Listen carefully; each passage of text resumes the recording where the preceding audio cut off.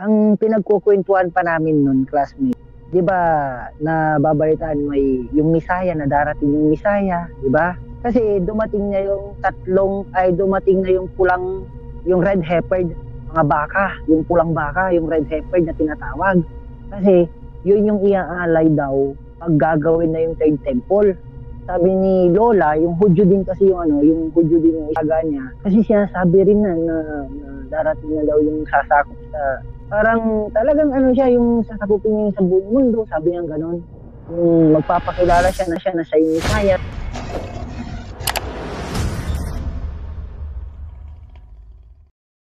Yun nga, long time parang no see. Tawag dito, buti nag-comment ka dun sa live ko noon yung gabi. Napunta tuloy ako sa topic na ganito kasi ang tagal ko nga hindi gumawa ng video. Halos 2 buwan akong nanatiling tahimik. Halos 4 pa lang yata na-upload ko. Tapos yun, tinatawag mo akong classmate doon.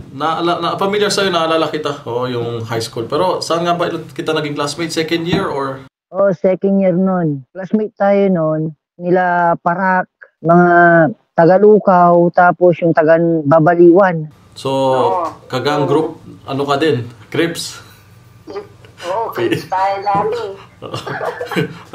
Hanggang ngayon pa ba? Crips? Nung time na pinatawag yung mama mo pala kasi hindi ka pala pumapasok ng pati kami pero... Bakit nga ba hindi ako pumapasok ng time na yun? Nag-internet or anong ginagawa? Ang naalala ko lang hindi ako nakapasok dahil sa may mga nag-aabang sa atin. May mga bully kasi sa school eh. Oo, may mga bully that time. Diba, kalaban pa yung mga west side, diba?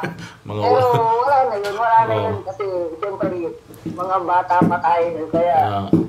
Saka yung time na yun, marami akong problema kaya hiwalay lang ng nanay tatay ko. Kauwi lang ng tatay ko sa Gaza yung time na yun, 2006.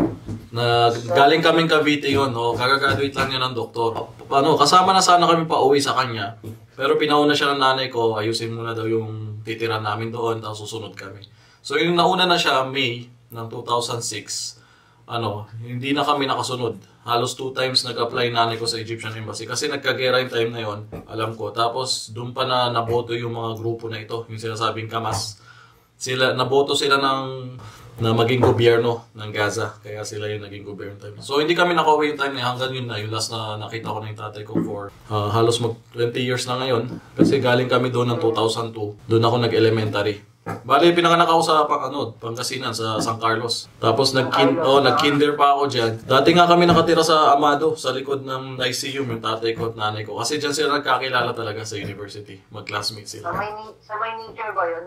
Nature garden? Hindi, dito lang sa Amado. Dito sa Lyceum, Tapwak. Sa likod. Sa likod. Di ba inuman yung dati? Hindi ko lang sure. Hindi, yung may apartment na katabi ng barangay hall, doon kami nakatira mismo. Doon nga ako oo, yung... Second floor pa yun, naalala ko. Doon pa ako nag-daycare doon sa barangay hall mismo. Doon ako naalala ko, nag-aaral ako noon, baby, bata pa ako. Tapos 3 years old pa lang yata ako, doon na ako dinala sa Gaza. So tumira na kami doon dinala muna ako doon, tapos siguro 1 year mahigit, bumalik ulit kami ng Pinas. Tapos nagkaroon muna ako ng 2 kapatid. Tapos yung babae kong kapatid, kailangan operahan kasi yung tiyan niya, may sakit siya. So bumalik kami ulit doon, doon na ako nag-elementary, from grade 1 to grade 5. Tapos bumalik kami ng Pinas ng 2002.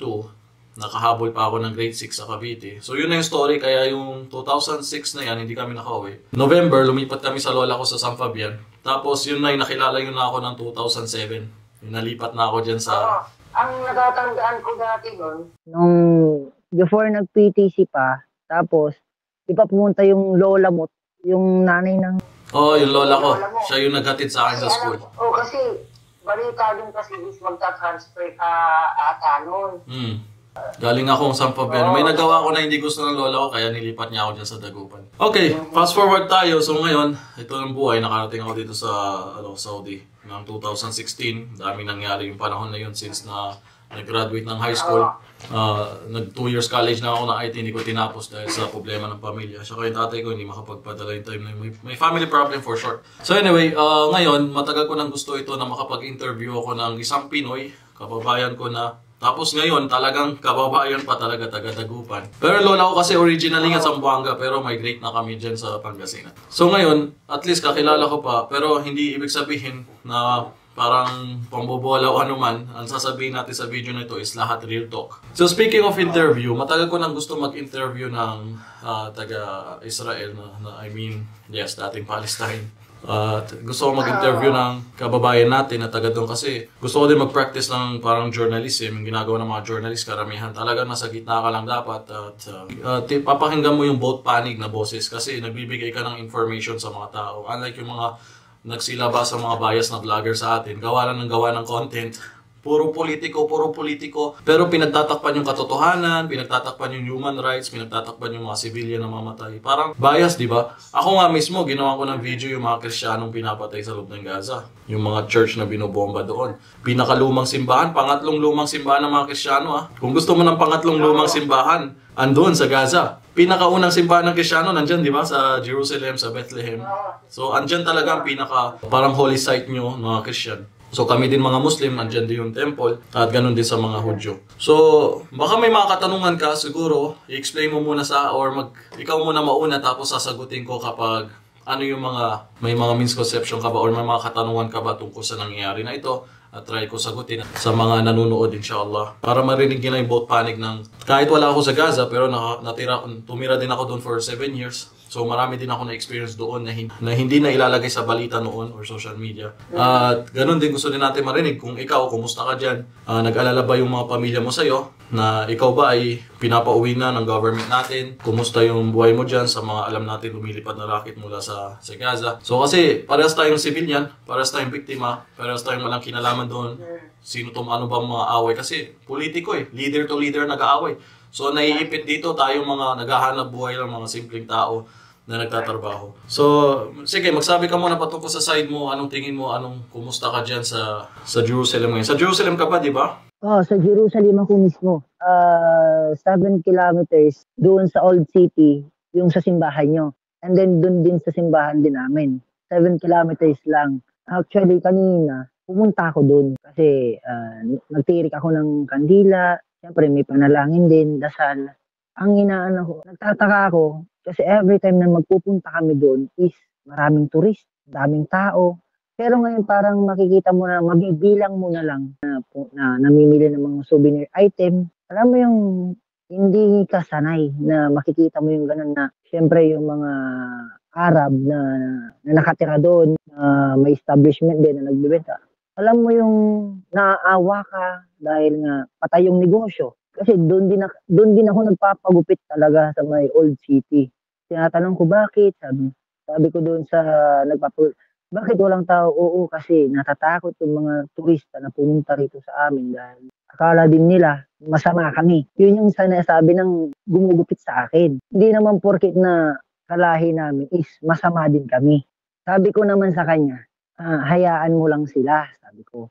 Kasi hindi naman sila nakatira dito. Kaya nasasabi nila na mas magulo dito. Pero tayo na nandirito, ako na Pilipino, hindi ko naman kayo kalahi. Pero alam ko na tahimik dito sa Jerusalem. Kasi dito ako nagtatrabaho kaya alam ko, sabi ko sa kanya. Yun, basta magdasal lang, sabi niya gano'n. Oo, kaya niyo yan, sabi ko. Siyempre, kami na Pilipino, natatakot din kami na pumunta rin dito na siyempre, yung mga pulis kasi doon, yung classmate, is naka-designate yan sa mga kanya-kanya nilang assign. Kaya kung pupunta ka doon kasi, kalat talaga yung mga pulis. Ilang taong ka na sa Jerusalem ngayon? Magdadalawa. 2 years ka na. So, kumusta yung pamilya mo? Nag-aalala sila sa'yo? Pinapauwi ka na ba dahil sa sitwasyon dyan? Ay, ito yung una. Yung October 7. October 7 nun, Friday yun. Yun yung tinatawag na Shabbat kasi nun. Holiday dito. Yun yung sukot. Ngayon, lumabas ako noon. Lumabas ako, may konting inuman. Siyempre, nagsimba kami ng mga kaibigan. Ang pinagkukwentuhan pa namin noon, classmate, di ba, nababalitaan may yung Misaya na darating yung Misaya, di ba? Kasi dumating na yung dumating na yung pulang, yung red heifer, yung pulang baka ba yun? Sige, inshallah. Importante yung sinasabi mo patungkol sa Misaya. Kasi pati kayo nagkakaroon ng idea patungkol dito. At ito na ngayon, iniisipan ko na, kasi meron kaming book of ito yung End of the World, na ginawa ng isang scholar dito. Andito yung explanation na propesya ng propeta, na ano yung mga nangyayari bago dumating araw ng paghukom. Sige, ituloy mo, anong nalalaman mo patungkol sa sinasabing Messiah? Yung, siyempre, nagiinuman kami noon, mga religious, siyempre, mga Katoliko din yung mga kasama ko na sinasabi ko sa kanila, yung ginagawa na yung train na papunta doon sa, sabi ko, sa Old City. Bakit? Sabi, kasi napanood ko kasi yun sa YouTube, sabi ko, na dumating na daw yung mga baka, yung pulang baka, yung red heifer na tinatawag. Kasi, yun yung iaalay daw pag gagawin na yung third temple. Sabi ko, ngayon, hindi naman naniniwala yung isang kasama namin. Tingnan mo, search mo sa YouTube, sabi ko, oo nga no. Kasi nung una, di ba, sinira, yung unang templo sinira, tapos pangalawang templo sinira. Ngayon, dumating na yung 100, hindi ko alam kung tama yung nasa 100 years na ata na walang pulang baka dito sa Israel, kundi in-import pa nila iba. Kaya dumating na yung red heifer. Kaya sabi ko, baka dumating na yung ganun. Sabi ni Lola, yung Hudyo din kasi yung Hudyo din yung isaga niya. Kasi sinasabi rin na darating na daw yung sasakop sa, parang talagang siya, yung sasakupin niya sa buong mundo, sabi niya ganun. Yung magpapakilala siya na siya yung Messiah. October 7 na yon, fast forward na, October 7 na yon, natutulog kami. Kasi nandoon kami sa boarding house namin. Kasi holiday yun, Friday yun. So, nangyari nun is Sabado ng umaga. Tumawag yung asawa ko sa akin, nagkakagera dyan, sabi sa akin ganun. Sabi ko naman, bakit mas marunong ka pa sa akin? Ako yung nandito, sabi ko. Kasi hindi ko alam binalita na pala sa news. Doon sa Pilipinas, mas nauna pa yung Pilipinas. Mas nauna talaga yung marites sa atin. Oo, nung lumabas ako ngayon ng boarding house, grabe, ang lakas ng sirena. Yung talagang sirena talaga na yung nagliliparan yung mga racket, gano'n. Siyempre, natakot ako noon. Kasi, pangalawang beses ko yun na nagera, na nandito. Pero, hindi naman gano'n na dire-diretsong sirena na... So, yung time na lumabas ka, nakikita mo yung mga racket, lumilipad talaga patungo sa'yo? Ay, hindi. Hindi ko siya nakita totally, Hindi ko siya nakita totally. Kasi, nagtatago kami. Kasi, pagka sinabing sirena kasi, dito, pumupunta ka sa bomb shelter talaga. Pero minsan na-experience mo na makita sa langit na patama sa inyo? Darating tayo dyan mamaya. Oo. Darating tayo dyan mamaya. Mukhang binibitin mo yung mga viewers natin, Sabat kasi yun. Hindi ka pwede, kasi religious sila. Pag Saturday hindi sila pwede magtrabaho, yes. Oo, hindi sila gumamit ng gadget, pero that time na yun is, tumawag yung anak sa akin na, okay ka lang ba? Sabi sa akin ganon, yung anak ng alaga ko. Okay ka lang ba? Baka may kailangan ka, sabi sa akin ganun. Hindi, okay lang ako, pero ang problema ko, walang sasakyan sa labas. Hindi ako makakapunta dyan dahil magulo. Nung time na yon, nagtataka kami lahat kasi lahat ng amo namin is tumatawag sa amin. Hindi naman sila pwedeng gumamit ng cellphone noon. Kasi nga religious nga sila, tapos Shabbat pa yun. Nung hapon na yun, kinagabihan na yun, uwian na kami kasi walang tao. Walang tao talaga. Walang tao sa kalsada, yung mga establishmento, alas 8, alas 9, sarado na. Yung mga Philippine store. Umabot ba yung rocket dyan mismo sa Jerusalem? Yung pinapakawala galing sa Gaza? Dumadaan lang siya. Pero hindi naman bumababa dahil sa Iron Dome, di ba? Hindi ko rin kasi maipaliwanag, classmate. Nandito ako sa Jerusalem. Safe na safe. Kasi alam ko malayo di ba? Malayo, medyo hindi naabutan. Pero ang punto ko dito kasi, nagtataka lang din ako, hindi lang kayo ay puro mga hindi Muslim na andyan sa Jerusalem. Kahit sa yung lugar na tatamaan ng rocket, is may mga Muslims din. Di ba? So, gusto ko din, kung naitatanong mo siguro sa kanila, kayo din ba nag-aalala na kayo ay nadadamay din sa rocket na ipinapalipad mula sa Gaza? Na natatamaan din yung mga civilian dyan? Ano yun? Yung sinasabi mo kasi, nung una kasi is okay lang sa kanila. Okay na lang sa kanila na magpalipad sila ng rocket, ganito, ganyan. Kasi nga, nagkakagulo pa. Pero nung kalagitnaan na parang sobra na marami na rin umaalma na Jewish, mga Israeli na marami nang nadadamay. May mga umaalma na pwedeng ceasefire. Oo, nandito rin sila. Kasi may mga border din dito, may mga parang like example lang na parang dagupan tapos bunuan. Yung bunuan nandoon yung mga Muslim. yung sa Dagupan nandun yung mga Kristiyano. So, ibig sabihin, malapit lang. May border Border lang.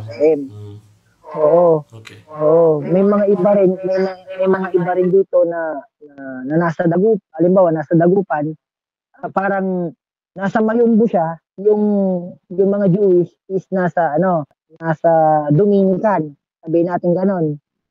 Nasa Lyceum. Parang ganon lang. Parang sabihin natin village lang, oh. Kanya-kanya. Barangay sabihin natin. Isang barangay ng Hudyo, isang barangay ng mga Muslims, ganun. Pero alam ko may mga nagmi-mix din eh. Tulad si Nas Daily. Si Nas Daily, Muslim siya, Palestinian. Pero nakatira siya sa community ng mga Hudyo, di ba? So, nagmi-mix din sila eh. May mga nagme-mekos din, di ba? Oo. Pero may mga din, may mga village din na binabantayan nung unang-una nun. Siyempre, nakikita ko rin sa pagkasumasakay ako ng bus, nakikita ko na bakit ang daming pulis dito na binabantayan itong daanan na to. Yun pala is village pala ng Muslim pala. Doon sa sinasabi mo about sa Messiah na sinasabi na nakakatay sila ng baka na pula. Which is, yung October pa lang, may kanakausap akong isang Palestino na kaibigan ko. Ano siya eh, pro-Hamas siya. So, which is may nagdebate din kami. So, gagawin ko din ng video yun, yung boses patungkol sa pagdedebate namin dalawa. Kasi lahat ng Palestinian din naghati-hati. May mga katulad ko, katulad ng tatay ko na hindi kami pro sa grupo na ito. So, meron naman kami mga nakikitang kasama mga Palestinian, sobrang pro. So, nag-usap din kami at marami din akong binato na tanong sa kanya. Kaya nakakatawa yung mga tao sa social media na wala silang mahanap na Palestino na nagtatagalog. Ako lang. So, pinupuntahan nila ako sa social media. Binabato ng mga galit nila. Binabato ng patungkol sa ignorante. Ako saan pa ako na parang spokesman ng Hamas. May kinalaman ba ako sa grupo nito? Kilala mo ako since Dagupan, ang babata natin.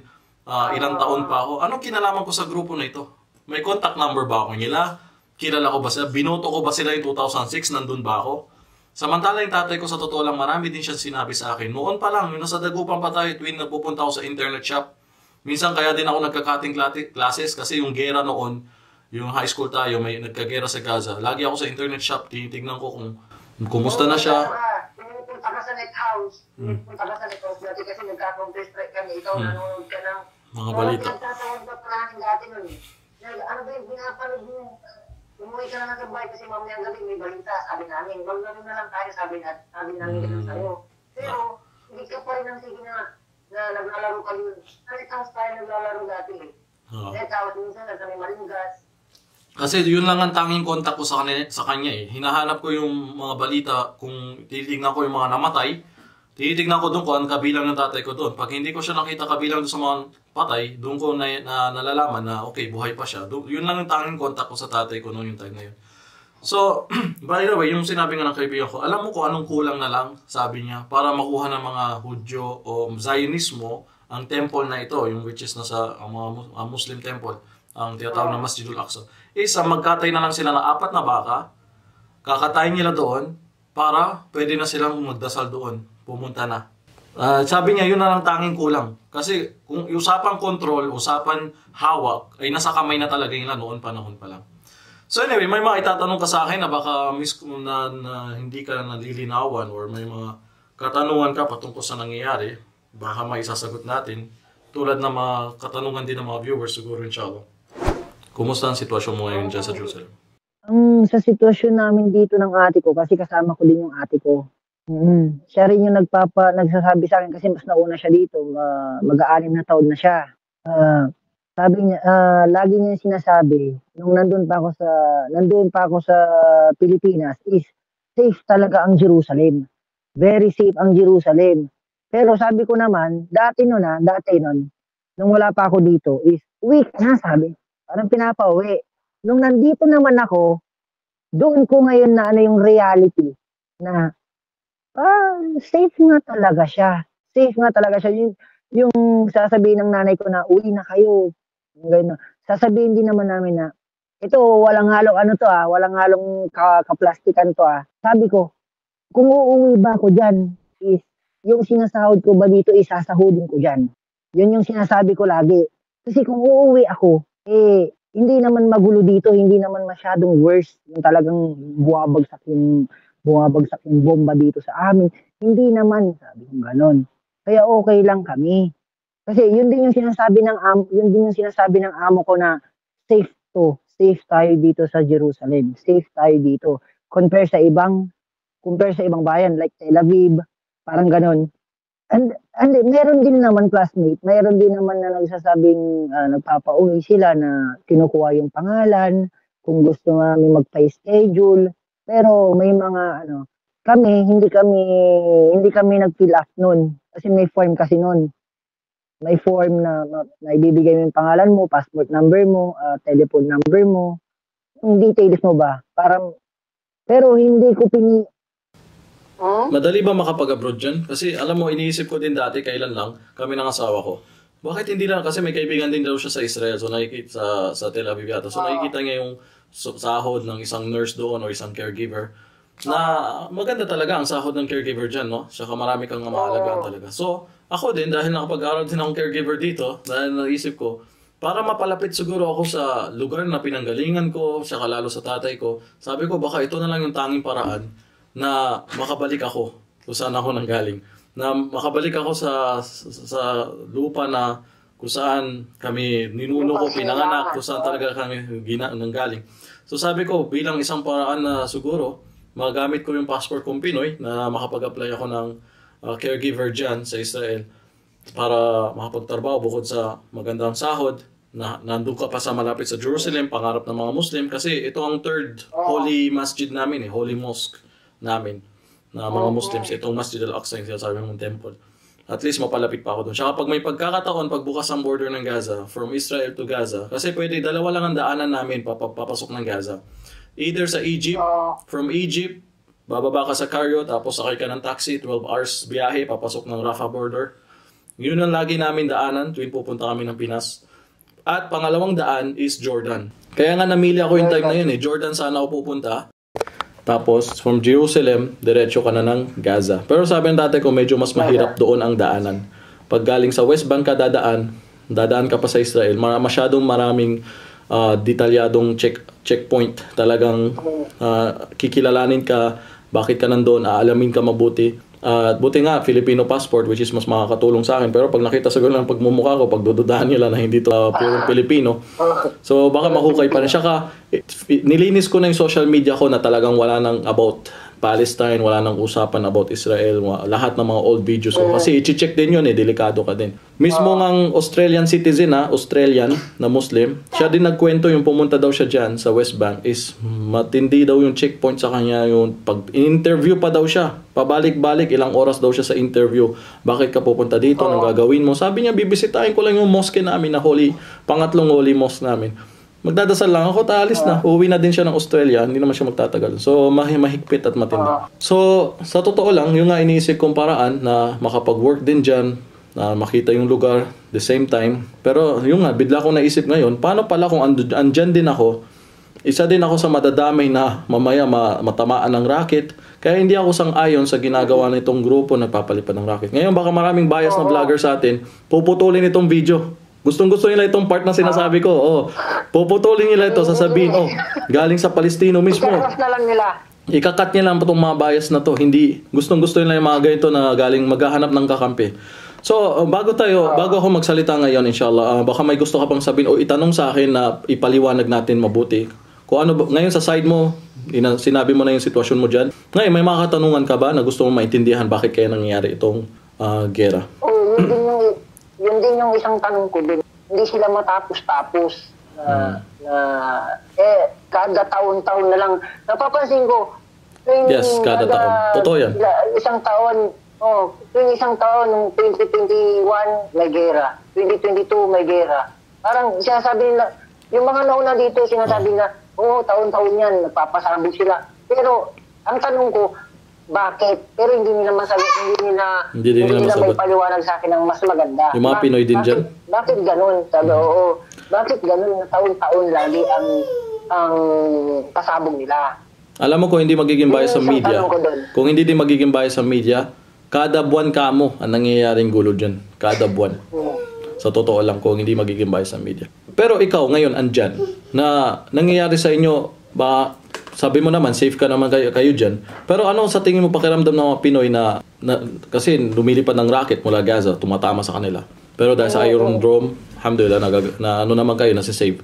Pero ano naman yung nagiging epekto sa puso nila? Nagkakaroon ba sila ng galit sa Palestino? Kasi yung mga ignorante, mababasa mo sa comment ko, sa comment ng mga videos ko, maraming mga ignorante sa atin, nalilalahat ang mga Palestino. Pati ako tatanungin bakit daw kami nauna manggulo. Anong nanggulo? Nananahimik ako dito sa Saudi, nagtatrabaho, naghanap buhay bilang OFW. Itatanong mo sa akin yung nangyari doon. Bakit daw kami nauna? So, ano bang nagbigay sa'yo ng isip? Anong naramdaman mo pag gano'n? Nagkakaroon ka bang galit sa mga Palestino? Or alam mo kung sino talaga ang punot doon? Anong feeling mo? Para sa, yung sa akin yung sa opinion ko,